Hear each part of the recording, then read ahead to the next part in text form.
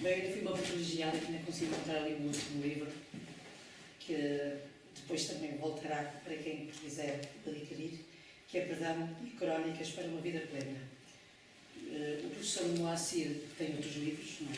Só que, entretanto, o Périclo já decorre alguns dias e eles esgotaram. Existem ali DVDs, quem quiser adquirir também estão, e a esposa, a Milena, estará lá para quem quiser adquirir. Às 4h30 iremos fazer um intervalo. Mas antes, então todos quererão saber quem é que é o seu professor Moacir Lima. É natural de Porto Alegre, conferencista na área da espiritualidade e ciência desde os 14 anos, é uma das nossas maiores autoridades neste terreno.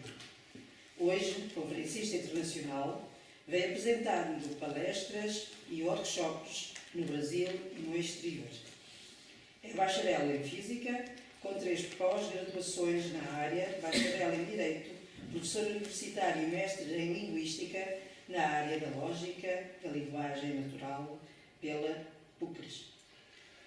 Em suas obras e palestras, vem-se dedicando ao estudo das possibilidades de atuação da consciência no mundo da nova física, com a virtude didática de tornar acessíveis aspectos altamente complexos do conhecimento humano, transita com facilidade nos caminhos da ciência e da espiritualidade, mostrando as ligações cada vez mais evidentes dessas duas áreas. Medalha da cidade de Porto Alegre por relevantes serviços prestados à comunidade. Posto isto, passamos a palavra ao professor Moacir. Desde já muito nos honra a sua presença, também extensível à sua esposa, pela afabilidade com que desde que fomos buscá-lo a Aveiro até aqui, já trocamos algumas palavras, já convivemos, já sorrimos, já falamos sobre tanta coisa relacionada com a espiritualidade e quando o ouvirem vão perceber porque é que eu estou a dizer isto. Posto isto, então passo a palavra para o professor Moacir.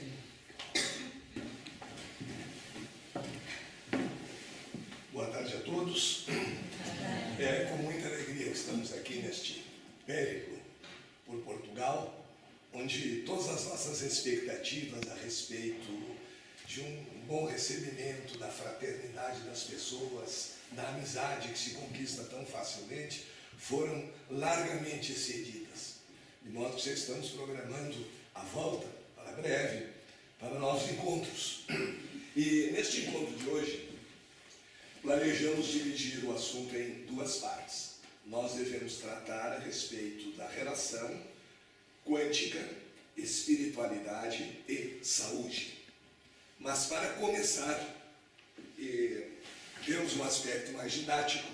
Nós vamos inicialmente examinar alguns aspectos fundamentais da física quântica, o que ela é, o que mudou da ciência antiga para a atual, por que a ciência antiga era materialista e por que os 4 postulados fundamentais do chamado materialismo realista não existem mais, para depois então, na segunda parte, entrarmos diretamente nos aspectos referentes à nossa saúde. Mas se pode adiantar, inclusive, que hoje sabemos que não somos apenas uma máquina física de estímulo e resposta. O Boletim da Organização Mundial da Saúde, em 1998, publicou que o homem goza de plena saúde quando tem saúde social, capacidade de relacionamento com o seu semelhante. Biológica, a saúde física propriamente dita. Psicológica, o domínio das emoções. E espiritual.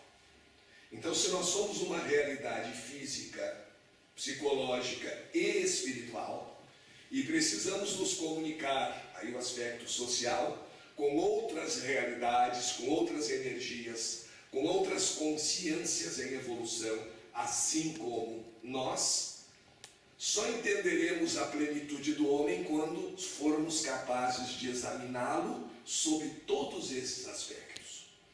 Em relação ao problema do posicionamento da ciência, A ciência é materialista, a ciência é espiritualista, a ciência tem abertura para a espiritualidade, a ciência não tem nada a ver com isso. Houve os mais diferentes tipos de opinião, mas hoje é uma opinião comum. Com o advento do novo modelo, do modelo quântico, a ciência apresenta uma abertura para a espiritualidade, exatamente naquele aspecto em que se examina a filosofia da ciência. Porque uma teoria científica, para ser completa, precisa de dois fatores.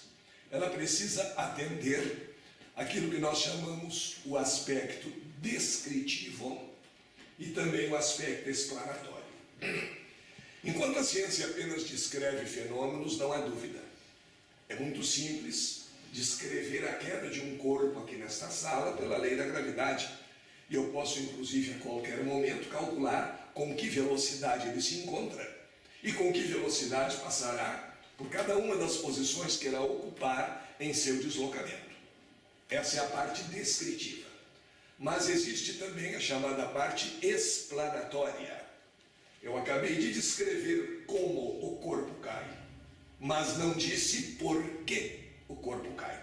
Quando nós pesquisamos as causas, nós temos o aspecto explanatório da teoria científica. E esse aspecto explanatório abre a porta para a chamada filosofia da ciência.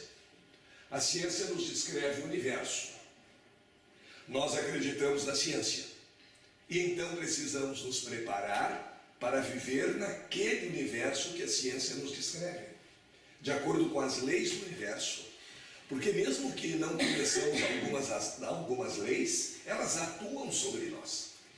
Não é porque alguém desconhece a lei da gravidade que ele pode saltar de uma janela do 10º andar e nada vai acontecer. Daí seria importante o conhecimento. Daí porque Jesus disse que a verdade liberta. E Kardec adicionou ao amai-vos o instruí-vos, para que tenhamos uma melhor compreensão do universo e das leis que o regem. E dentro da ciência do espírito, que é um dos aspectos do espiritismo, nós temos exatamente a completude da teoria, ou seja, ela descreve o fenômeno, a nossa vida, e ela nos explica o porquê de muitas coisas estarem acontecendo. Porque só a descrição não basta. Não basta se pôr a descrever a vida. É como aquele marido malandro que chega tarde em casa e a mulher pergunta: por que chegaste a essa hora? E ele responde: me atrasei. Pronto. Sob o aspecto descritivo está perfeito, mas não basta. Ela, quem sabe, quererá saber o porquê do atraso. E depois do porquê do atraso, o porquê do atraso. E aí nós entramos na teoria explanatória e nós vamos entrar em detalhes das causas dos fenômenos que acontecem.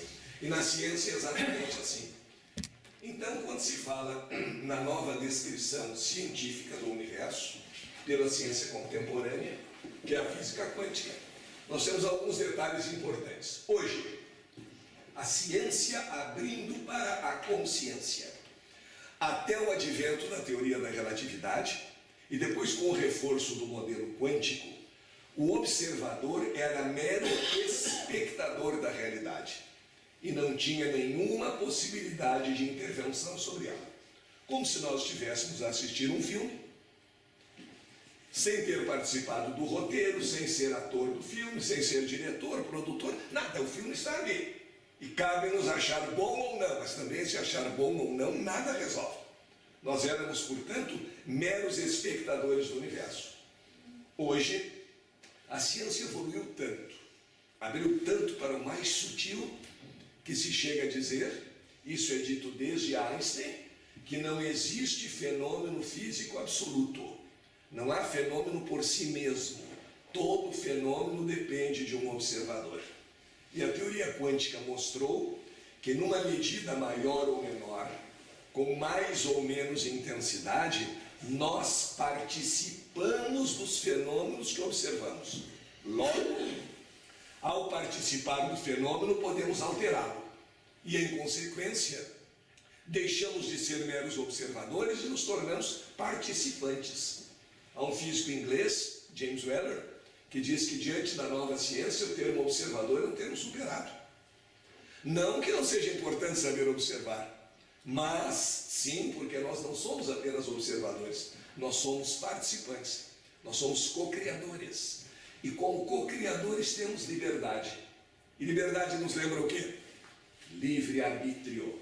A ciência do tempo de Allan Kardec não falava em livre-arbítrio, nem acreditava nisso. A ciência contemporânea, sim. E nós temos dentro dessa evolução, citamos, por exemplo, o pensador americano William Osler, tem uma frase muito interessante. Ele diz que quanto maior a ignorância, maior o dogmatismo. As pessoas que se acreditam donas da verdade, elas não conhecem mais até porque não querem. Elas começam a adquirir o medo de conhecer. É possível que o medo de conhecer me demonstre algo que eu não sabia ainda. Por que nasce esse medo de conhecer? Porque talvez conhecendo eu verifique que toda aquela verdade que eu me envaidecia de possuir é apenas um aspecto, é apenas um detalhe, ou está até mesmo superada. E é o que acontece quando nós conversamos com pessoas a respeito de teorias, a respeito de obras. Já encontrei gente que, ao se falar em um determinado livro e perguntar se já havia lido, para dar base a um determinado debate, a resposta é surpreendente. A resposta é: não li e não gostei. Mas isso é um prodígio mental. Temos que respeitar quem pensa assim, né? É muito profundo. Porque enquanto nós, seres comuns, limitados, precisamos primeiro ler, que é o método científico. Primeiro se observa para depois concluir.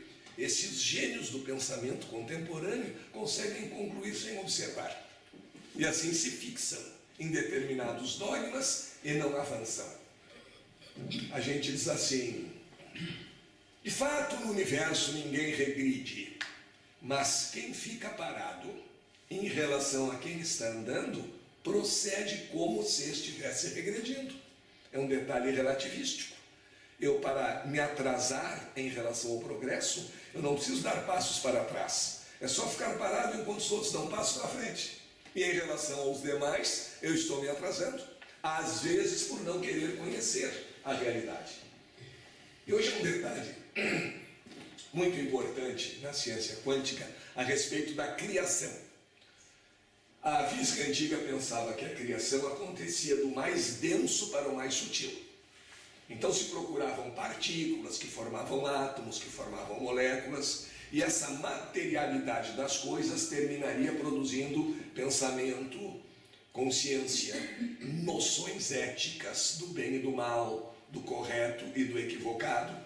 Mas hoje se pensa na criação no sentido mais sutil.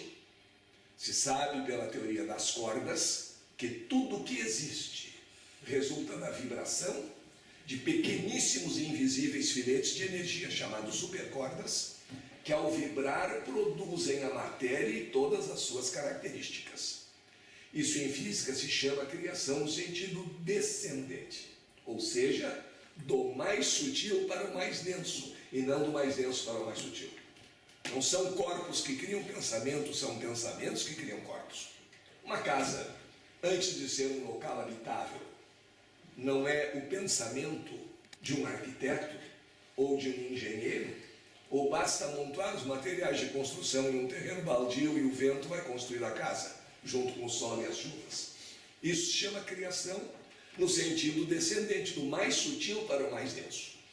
E dentro desse novo panorama científico, em que nós sabemos que temos liberdade, que somos co-construtores do universo, e que somos os autores do nosso progresso ou não, dentro deste panorama em que as coisas se desenvolvem do mais sutil para o mais denso, temos que entender que a vida também é um projeto, e esse projeto se desenvolve no plano mental. Viver é diferente de deixar-se levar pela vida. É ter foco, é ter alternativa, é nos construirmos.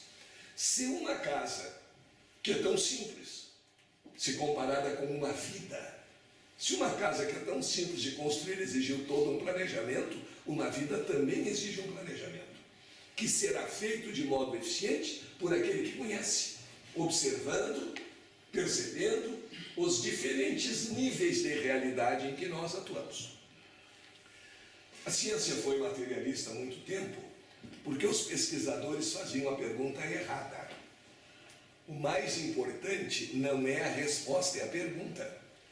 A resposta que a natureza dá ao cientista quando tenta investigá-la depende do modo pelo qual o cientista faz a pergunta.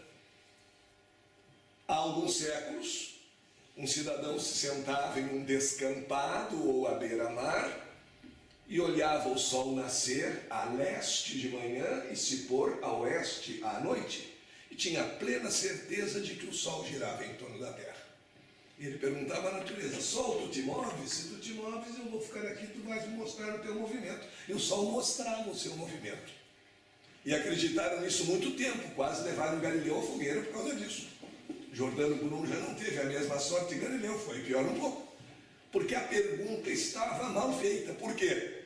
Procurai a verdade, ela vos libertará. Não tínhamos noção do movimento planetário, não tínhamos noção de movimento relativo. E assim também em relação ao ser humano.